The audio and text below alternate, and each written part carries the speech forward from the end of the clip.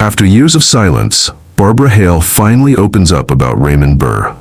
On a spring day, April 18, 1922, Barbara Hale entered the world in Dalb, Illinois. She was born to Luther Ezra Hale, who worked as a landscape gardener, and Wilma McCulvin Hale, her loving mother. Growing up in the town of Rockford, she completed her early education at Rockford High School before shifting her dreams to Chicago, where everything started changing. Barbara initially leaned toward a future in art and enrolled at the Chicago Academy of Fine Arts, dreaming of a career in commercial illustration. However, destiny had other plans for her. While attending school in Chicago, her elegant features and presence drew attention from modeling scouts, pulling her into fashion's fast-moving spotlight.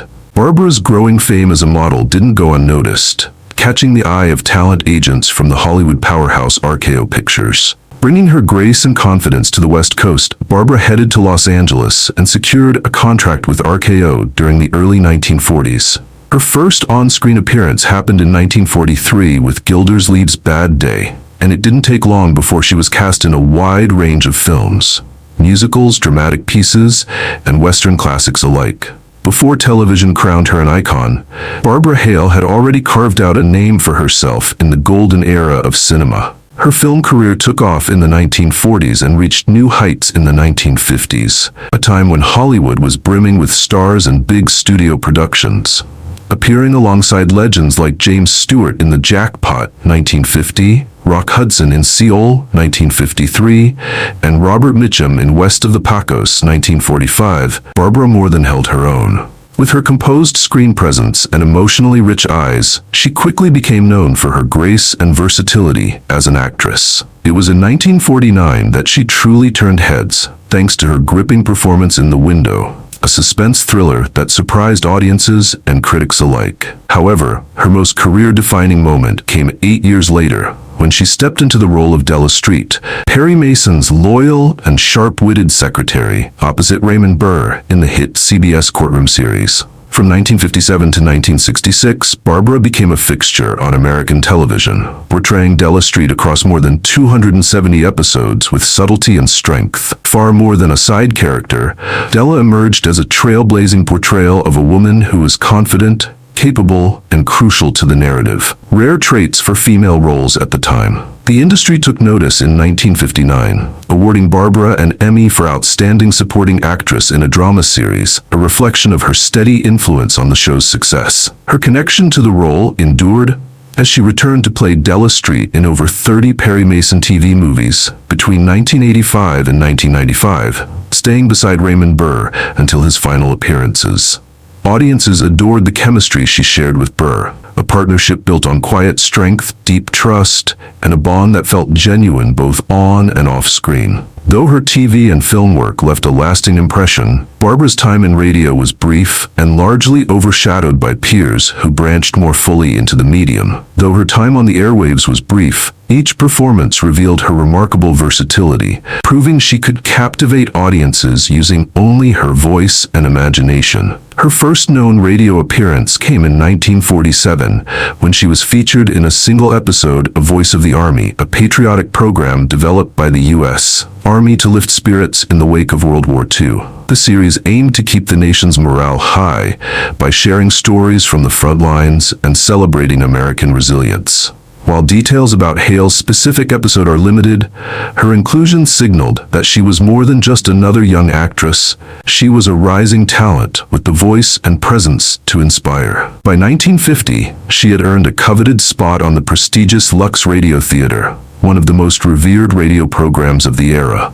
Running from the 1930s through the 1950s, Lux Radio Theater adapted hit films and stage plays into immersive radio dramas, often starring the original Hollywood leads or other notable performers. For Barbara Hale, being cast in this show wasn't just another job.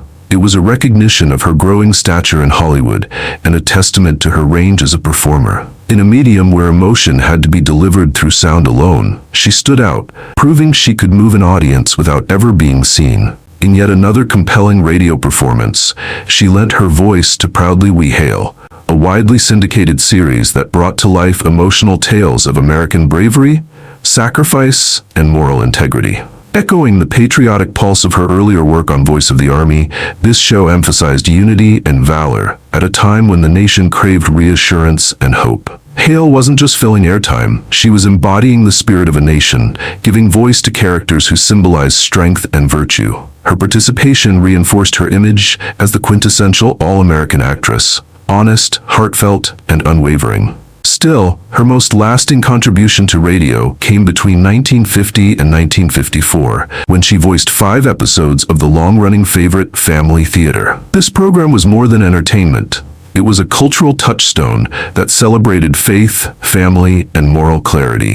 What made it exceptional was its star-studded guest list. Many A-list actors volunteered their time, drawn to the show's uplifting themes. Hale's repeated involvement wasn't by chance. It was a testament to her consistent talent and alignment with the show's message. With only her voice, she conveyed layers of emotion, quiet resilience, and warmth, qualities that later defined her on-screen performances and left an indelible mark on the golden age of radio drama. Before she became a familiar face on screen, Barbara Hale's voice was quietly making its mark over the airwaves. Though her stint in radio didn't span decades, it played a crucial role in shaping her artistic foundation, showcasing a talent nimble enough to move between different performance styles. While fame would later follow her into film and television, it was radio that first sharpened her instincts as a storyteller. At a time when many actors were navigating the leap between stage, sound, and screen, Barbara was already proving she had the versatility to thrive. Her time behind the microphone may have been short-lived, but it left behind echoes of her early hunger for meaningful creative work. And then in 1945, during the shoot for the western west of the Pacos,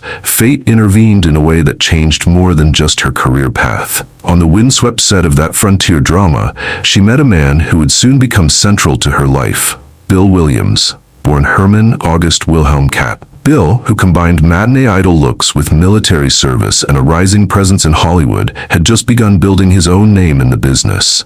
Off-camera, he exuded a quiet strength that drew Barbara in. Their on-screen rapport blossomed quickly into a connection that reached far beyond their scripted interactions. That shared spark turned into something lasting. By June 22, 1946, just a year after their meeting, the pair exchanged vows and stepped into a lifelong partnership. Their bond wasn't fleeting. It endured nearly 50 years, a rarity in showbiz. Through the chaos and pressure of mid-century Hollywood, Barbara and Bill sustained their marriage with love, mutual respect, and constant encouragement of each other's professional dreams. In a town where marriages often flicker and fade under the glare of the spotlight, Barbara Hale and Bill Williams quietly defied the odds. Their union, unlike many Hollywood romances of the time, was built to last, marked by loyalty, longevity, and genuine affection. Together, they raised a family while navigating the pressures of fame, always keeping their love and values at the center of everything. Their home echoed with the laughter of 3 children, daughters Jod and Juanita, and son William Katt, each cherished deeply. It wasn't long before William, inspired by the legacy of his parents, stepped confidently into the world of acting. He blazed his own trail, earning recognition as the star of The Greatest American Hero and later portraying Paul Drake Jr. in the Perry Mason films, where he shared the screen with his mother. With talent flowing through his veins and years of observation behind the scenes, William Katt became a natural on screen. Barbara watched his rise with heartfelt pride, often expressing how fulfilling it was to perform beside her son. As her own stardom climbed, especially through her iconic role as Della, Barbara never let fame interfere with her most important role, being a mother.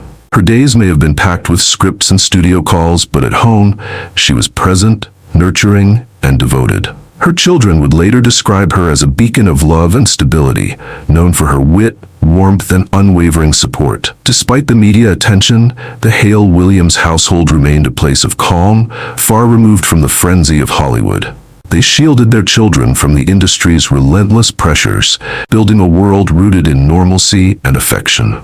And as time passed, their love story, which lasted until Bill's death in 1992, stood as a rare and shining example of Hollywood harmony. After losing her husband, Barbara remained deeply connected to his memory. often reflecting on their journey together. The impact of their lives extended far beyond personal joy, leaving a mark on television history through their work and through Williams' continuing legacy. While the press speculated for years about her close friendship with Perry Mason co-star Raymond Burr, Barbara kept the truth of that bond tucked quietly in her heart. For decades, Barbara Hale carried a quiet truth, one wrapped in loyalty, admiration, and deep emotional complexity. Despite the public's endless fascination with her connection to Raymond Burr and the undeniable chemistry that lit up both screen and stage, Hale chose silence over speculation, offering only poised compliments when questioned about him in interviews. But time has a way of loosening what the heart once held close. In her later years, Hale finally opened up, revealing glimpses of a relationship that was far richer, more tender, and deeply intertwined than anyone ever imagined.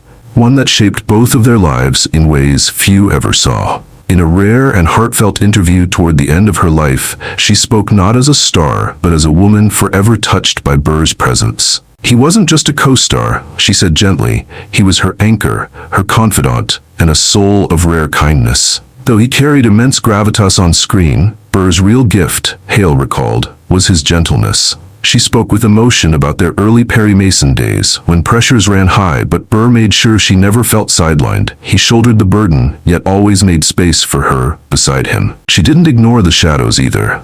Hale reflected on Burr's deep need for privacy, something she respected without question. Behind his commanding presence, she sensed the quiet ache of a man who carried parts of himself alone. There were parts of Raymond's life he chose not to share, she said with solemn affection. He never needed to raise his voice to leave an unforgettable mark. Behind that calm exterior was a man whose warmth and generosity touched everyone fortunate enough to know him. Barbara Hale painted vivid memories of quiet moments, ones far from cameras and crowds, where laughter flowed freely and conversations ran deep. These treasured slices of life weren't for publicity, yet they remained etched in her memory as the most authentic reflections of who he truly was. When interviewers pressed her about the endless whispers and tabloid tales that followed Raymond Burr for decades, Hale didn't blink before rising to his defense. People love their stories, she said, steady and sure. But Raymond's need for privacy was not a flaw, it was something sacred. She remembered him as the man who greeted each day with poise, worked with relentless dedication, and treated everyone on set, no matter their title, with genuine respect. As she recalled the day Burr passed in 1993, her voice cracked under the weight of the loss. It was like losing a limb, she confessed. We spent so many years side by side, and I knew deep down that kind of connection was once in a lifetime. Their working relationship had a rhythm so natural, it hardly needed words to stay in sync. By breaking her silence after so long, Barbara Hale offered more than nostalgia. She peeled back the curtain on a soul the public only thought they knew. He was my Perry, she said with a wistful smile, and I'll always be his Della. With that simple declaration, Barbara Hale silenced years of rumors, not with anger or denial, but with a quiet testament to a bond built on loyalty, trust, and deep affection. Her final words lingered like a soft echo of a love never flaunted, but always felt. On January 26, 2017, Barbara passed away peacefully in her beloved Sherman Oaks residence, bringing to a close a life that had left a graceful mark on the screen and in the hearts of many. Her death wasn't just the end of a long life. It marked the passing of one of the last living ties to television's golden age. Doctors attributed her passing to complications from COPD, a lung disease often caused by years of smoking or prolonged exposure to pollutants. While she lived a full and storied life, the final stretch was marked by the slow limitations brought on by the illness, making each breath more of a struggle. Even as her physical health declined, her mind remained luminous, and she was never alone. Her final days were wrapped in care, surrounded by the love of her family. Though her body weakened, Barbara's spirit stayed strong, and she left the world quietly, embraced by the same warmth she had given others her whole life. It wasn't just the end of a life. It was the quiet closing of a golden chapter in television history. Barbara Hale's passing marked more than personal sorrow. It signaled the final heartbeat of an era that once defined American primetime. She was the last living thread tying us back to the original Perry Mason cast, a series that ran from 1957 to 1966 and carved its name into the cultural landscape. At the heart of that legacy was Hale's unforgettable role as Della Street, the sharp, composed legal secretary who stood firmly beside Raymond Burr's iconic defense attorney. Across 271 episodes over 9 seasons, she brought depth, grace, and subtle power to a role that reshaped how women were viewed in professional spaces on television. Her death stirred a wave of reflection, not just on her career, but on the end of an era that many had grown up with. Actors, industry peers, and generations of fans came forward, offering tributes and recalling the calm strength she brought to every scene. Her influence lives on, not only in reruns and film archives, but in the next generation of performers, including her son William Catt, who forged his own successful path. With her passing, the final curtain fell on the original Perry Mason ensemble, yet Barbara Hale's legacy remains vibrantly alive, woven into the fabric of a television age that she helped define.